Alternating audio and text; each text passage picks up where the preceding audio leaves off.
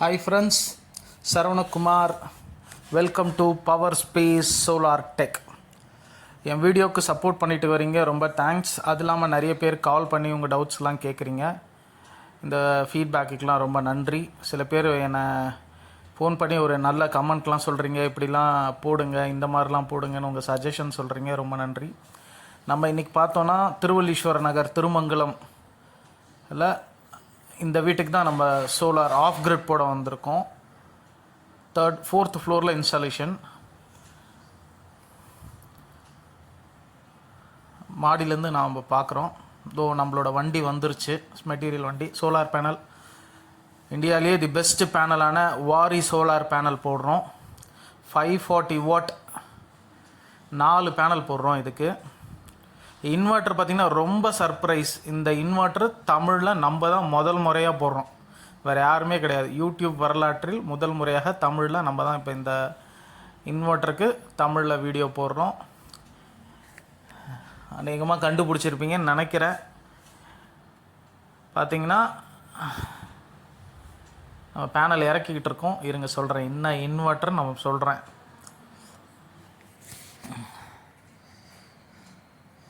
ஸ்ட்ரக்சரும் வந்துருச்சு. அதுக்குள்ளே ஸ்ட்ரக்சர் மேலே ஏற்றுறோம். ஸ்ட்ரக்சர் பார்த்திங்கன்னா ரொம்ப ஹெவியான ஸ்ட்ரக்சர், கேல்வலைஸ்ட் அயன் ஸ்ட்ரக்சர். இது ஹை ரைஸ் கேட்டாங்க, நான் அவங்க ஃப்ளோரை யூஸ் பண்ணணும் அந்த மாதிரி கேட்டாங்க. அதனால் நல்ல ஹெவியான ஸ்ட்ரக்சர் பார்த்திங்கனாலே தெரியும். நல்ல ஹெவியான டியூபு, கேல்வலைஸ் ஜிங்க் கோட்டிங்கோடு இருக்குது. நான் அதாவது உங்களுக்கு எந்த வித கரோஷன் ஆகாமல் இருக்கும். இதில் நான் கரோஷன் கோட்டிங் இருக்கும். உங்களுக்கு ரஸ்ட்லாம் எதுவும் ஆகாது. இதில்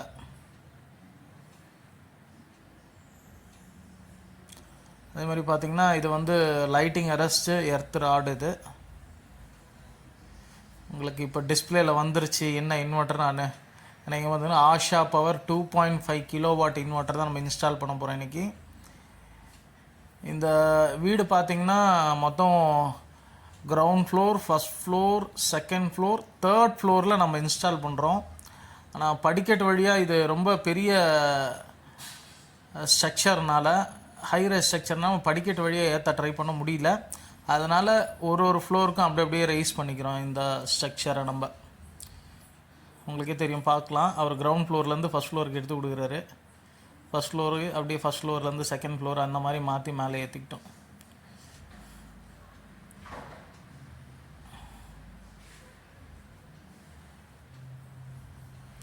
அதே மாதிரி இந்த மேலே ஏற்றும்போது ரொம்ப கவனம் இருக்கணும்.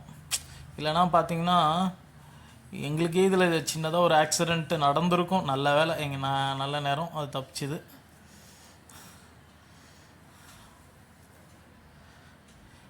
இது வந்து பார்த்திங்கன்னா மொத்தமாக செகண்ட் ஃப்ளோருக்கு வந்துட்டோம்.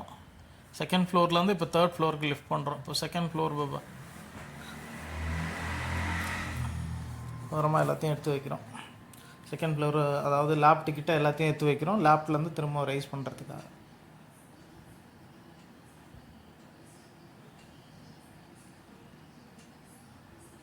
ஃபைனலாக எல்லாத்தையும் மேலே ஏற்றுறோம். சரியான வெயில் வேறு, ஸ்ட்ரக்சரை கையில் தொடவே முடியல, அந்தளவுக்கு சூடாக இருக்குது.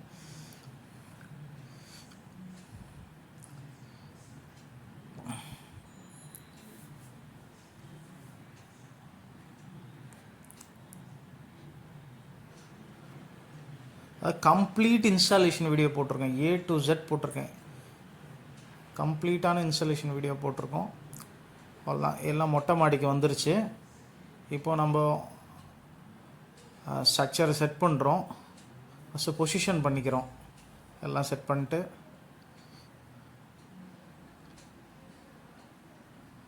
பவுல் நட்ஸ்லாம் போட்டுறோம். அதே மாதிரி இந்த ஸ்ட்ரக்சர் போடும்பொழுது பாருங்கள், இது ஓரளவுக்கு எல்லாம் நிற்க வச்ச ஸ்ட்ரக்சர். இது இந்த ஸ்ட்ரக்சர் போடும்போது மட்டும், இந்த ஹைரைஸ் போடும்போது மட்டும் கண்டிப்பாக சேஃப்டி ப்ரிகாஷன்ஸ் இருக்கணும். இது பார்த்திங்கன்னா எர்த் ராடு, உங்களுக்கே பார்க்கலாம் எர்த் ராடு குவாலிட்டி எப்படி இருக்குதுன்னு பாருங்கள். நல்லா காப்பரில் எவ்வளோ திக்கான ராடுன்னு பாருங்கள்.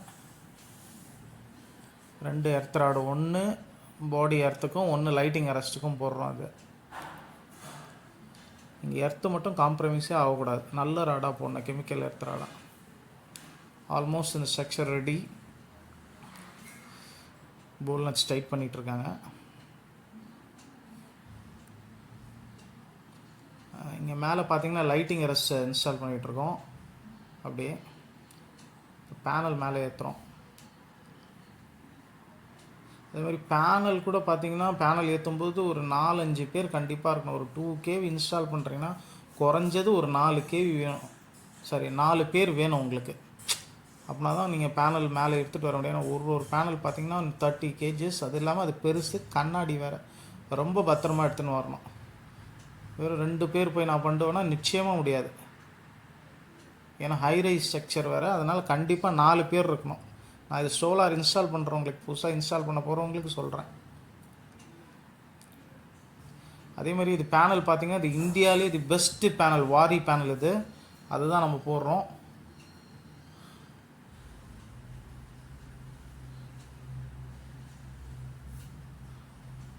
நான் வீடியோவில் காமிக்கிறேன் பாருங்கள்.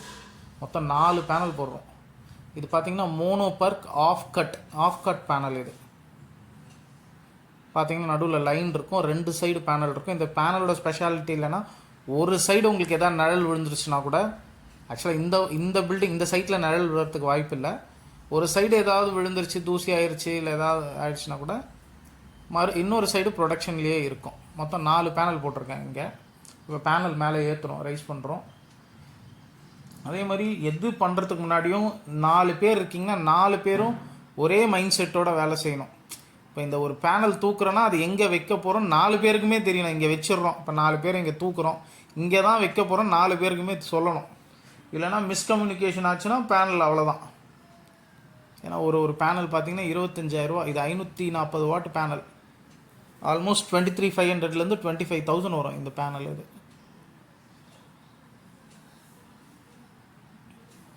ஃபஸ்ட்டு பேனல் ஏற்றியாச்சு. அதேமாரி ஹை ரைஸ்லலாம் ஃபிக்ஸ் பண்ணும்போது ஃபஸ்ட்டு பேனல் ஏற்றிட்டு அப்படியே சும்மா விட்டுறக்கூடாது. ஜஸ்ட்டு கிராஸ் டு கிராஸாவது ஒரு கிளாம்ப் போடணும். அதான் இவங்க ஃபஸ்ட்டு பேனல் எடுத்து வச்சுட்டு ஒரு கிளாம்ப் பண்ணுறாங்க. ஏன்னா திடீர்னு காற்று ஹெவியாக வந்து தூக்கிருச்சுன்னா கஷ்டம். 30 கிலோ அதான் வெயிட்டாக தான் இருக்கும் பேனல். இருந்தாலும் காற்று சொல்லவே முடியாது. ஃபஸ்ட்டு பேனலை கிராஸ் டு கிராஸ் கிளாம்ப் பண்ணுறாங்க. சேஃப்டி ரொம்ப முக்கியம். இதுலேயே பார்த்தீங்கன்னா நாங்கள் ஹெல்மெட்லாம் போடலை. கண்டிப்பாக எல்லோரும் வேலை செய்யும்போது ஹெல்மெட் போடுங்க. ஹெல்மெட்னால் அந்த சிவில் இன்ஜினியர்ஸ்லாம் போட்டிருப்பாங்க, சிவில் ஒர்க்கர்லாம் போகிற ஹெல்மெட் போட. நான் அடுத்த இன்ஸ்டாலேஷனில் கண்டிப்பாக எல்லாருமே ஹெல்மெட் போடணும்னு நான் சொல்லிட்டேன்.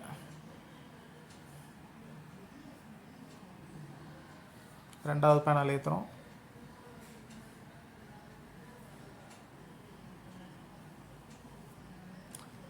அதே மாதிரி பார்த்திங்கன்னா இதில் கொஞ்சம் உங்களுக்கு ஸ்ட்ரக்சர் கொஞ்சம் பெருசாக எக்ஸ்டெண்ட் ஆகிருக்கும் ரைட்லேயும் லெஃப்ட்லேயும். அது காரணம் என்னென்னா ஃபஸ்ட்டு 3 kV ஆன் கிரிட்டுக்கு தான் நம்ம பிளான் பண்ணோம் இதை. அப்புறம் 2 kV ஆஃப் கிரிட்டே போட்டுடலான்னு கஸ்டமர் சொல்லிட்டாரு. அது இல்லாமல் ஃப்யூச்சரில் ஏதாவது இன்க்ரீஸ் பண்ணால் கூட அந்நேரத்துக்கு நம்ம ஸ்ட்ரக்சரை ஆல்ட்ரு பண்ண வேணால் பெருசாகவே இருக்கட்டும், ஒன்றும் தப்பு இல்லை அப்படின்னு சொல்லிட்டாரு. நான் வேணால் சைடு அந்த எக்ஸ்டென்ஷனை வேணால் கட் பண்ணிக்கலான்னு கேட்டேன். இல்லை பரவாயில்ல, நம்ம ஃப்யூச்சரில் அப்கிரேட் பண்ணால் நம்ம இதே யூஸ் பண்ணிக்கலாம், ஐடியா இருக்குது அப்படின்னு சொல்லிட்டாரு கஸ்டமர். ரெண்டாவது பேனலை ஏற்றுறோம். ரெண்டாவது பேனல் கரெக்டாக சென்ட்ரலைஸாக வச்சு அட்ஜஸ்ட் பண்ணுறாங்க.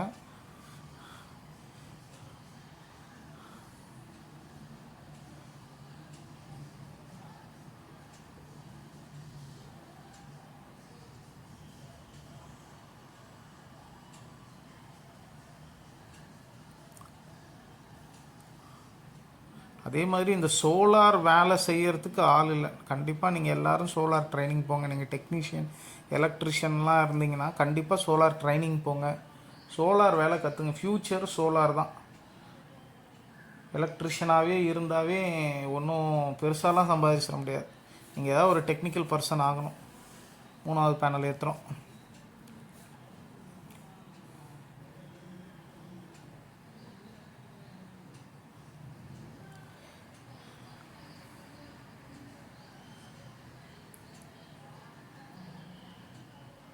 இந்த பேனலோட ஸ்பெக்கு காமிக்கிறேன். வாரி WSMD 540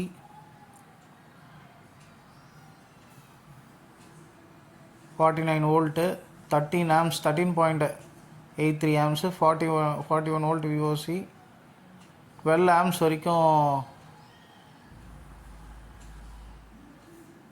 12 ஆம்ஸ் வரைக்கும் இதில் உங்களுக்கு அவுட்புட் கிடைக்கும்.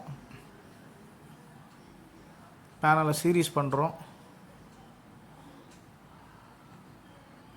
அதே மாதிரி இந்த MC4 கனெக்டர் பார்த்தீங்கன்னா பக்காவான டைட்டு இருக்கணும், அதாவது நல்லா கனெக்ட் ஆகிருக்கணும். அப்படின்னா தான் இது டைட் ஆகும், இல்லைனா ஆகாது. அதாவது உங்களுக்கு லூஸ் காண்டாக்டில் ஹீட் ஆகி மெல்ட் ஆக சான்சஸ் இருக்குது.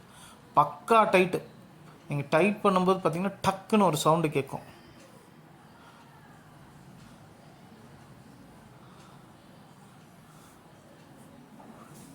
அதே மாதிரி இது எக்ஸ்டன் இப்போ 2 பேனலை இது பண்ணுறதுக்காக இது MC4 கனெக்டர் எப்படி இதில் நான் வேகமாக போட்டுட்டேன். ஆக்சுவலாக MC4 கனெக்ஷன்ஸை கொஞ்சம் ஃபாஸ்ட்டு பண்ணி போட்டேன், ஏன்னா வீடியோ ரொம்ப லென்த்தாக போகுதுன்ட்டு. நான் இந்த வீடியோ கம்ப்ளீட்டாக இந்த MC4 கனெக்ஷனை எப்படி கனெக்ட் பண்ணுறதுக்குன்னே ஒரு வீடியோ போடுறேன். நிறைய பேர் இந்த MC4 கனெக்டர் இன்னும் கனெக்ட் பண்ண தெரில, கனெக்ட் பண்ண தெரியாமல் தப்பாக போட்டு MC4 கனெக்டரை வேஸ்ட் பண்ணுறாங்க. ப்ராப்பர் கனெக்ஷன் எப்படி பண்ணோன்ட்டு நான் இந்த வீடியோ ஸ்லோவாகவே போட்டிருக்கேன். நான் இதை எடுத்து தனியாக இதுக்குன்னு MC4 கனெக்ஷனை எப்படி போடுறதுன்னே கனெக்ட் பண்ணுறதுன்னே ஒரு வீடியோ போடுறேன்.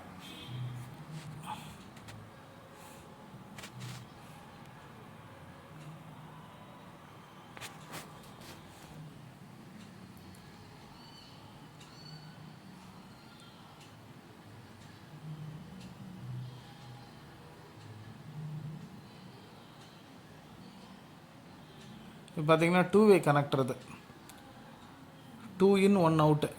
நம்மளுக்கு 2 ஸ்ட்ரிங் வர்றதுனால 2 in 1 out கனெக்டர் போடுறோம். அதே மாதிரி கனெக்டர் தான் யூஸ் பண்ணணும். யாருமே ஜாயிண்ட் கிண்ட்லாம் அடிச்சிடாதீங்க. ஒருவேளை நீங்கள் டெக்னீஷியன் பார்த்துட்டு இருந்தீங்கன்னா உங்களுக்கு சொல்கிறேன், நீங்கள் கனெக்ஷன் தான் பண்ணணும். அதாவது கனெக்டர் யூஸ் பண்ணி தான் கனெக்ட் பண்ணணும். இதுதான் அந்த ஆஷா பவர் இன்வெர்ட்டர்.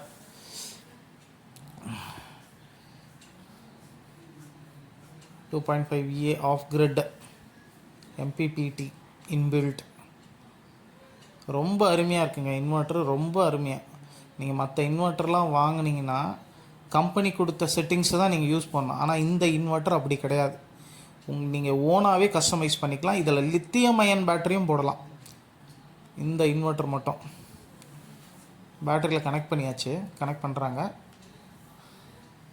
அதே மாதிரி இந்த இன்வெர்ட்டர் நான் இப்போ அதாவது இன்ஸ்டாலேஷன் வீடியோ மட்டும்தான் போடுறேன். டெக்னிக்கல் வீடியோ அடுத்தது போடுறேன், அடுத்த ஒரு வீடியோ போடுறேன். இதோட டெக்னிக்கல் ஸ்பெசிஃபிகேஷன், இந்த செட்டிங்ஸ்லாம் எப்படி ஆப்ரேட் பண்ணுறது, அதுக்கு நான் இன்னொரு வீடியோ போடுறேன். அதில் பாருங்கள். ஏன்னா ஆல்மோஸ்ட் இந்த வீடியோவே கிட்டத்தட்ட 1/4 மணி நேரம் வருது. பாருங்கள், அதில் ஒரு க்ரீன் லைட்டு, இது பேக், இது connection. First grid phase in, grid phase out, inverter load, output load, earthing, solar panel in. அதே மாதிரி இது பின்னாடி பார்த்தீங்கன்னா சாக்கெட்டும் கொடுத்துருக்காங்க. நீங்கள் கேபிளும் கனெக்ட் பண்ணுற மாதிரி இதில் கொடுத்துருக்காங்க, லோடும் கனெக்ட் பண்ணுற மாதிரி கொடுத்துருக்காங்க. இன்புட் வோல்டேஜுக்கு ஒரு MCBயும் சேஃப்டிக்கு கொடுத்துருக்காங்க. அதேமாதிரி டிசிடிபி அதேமாதிரி வர லோடை டிசிடிபியில் கனெக்ட் பண்ணிவிட்டு தான் நீங்கள் இன்வெர்ட்டருக்கே கொடுக்கணும். அப்படின்னா தான் உங்களுக்கு கம்ப்ளீட் சேஃப்டியாக இருக்கும். ஏதாவது ப்ராப்ளம்னாலும் ஆட்டோமேட்டிக்காக MCB ட்ரிப் ஆகும், ஃபியூஸ் போகும். அந்த டிசிடிபிக்குள்ளே என்னென்ன இருக்குன்னா டிசி ஃபியூஸ், டிசி MCB, அதே மாதிரி MCB டிசியாக தான் இருக்கணும், டிசிக்கு போடுற MCBயாக தான் இருக்கணும். அடுத்தது SPD. அவ்வளோதான், almost ready, inverter ready. Installation நல்லபடியாக முடிஞ்சிடுச்சு. அந்த க்ரீன் லைட் எரியுது பாருங்கள், லோட் ஆன் சோலார், அதுதான் உங்களுக்கு சோலாரில் இருக்குன்ட்டு. உங்களுக்கும் இந்த மாதிரி இன்வெர்ட்டர் வேணும்னா கால் பண்ணுங்கள். Power space solar tech, Saravanakumar.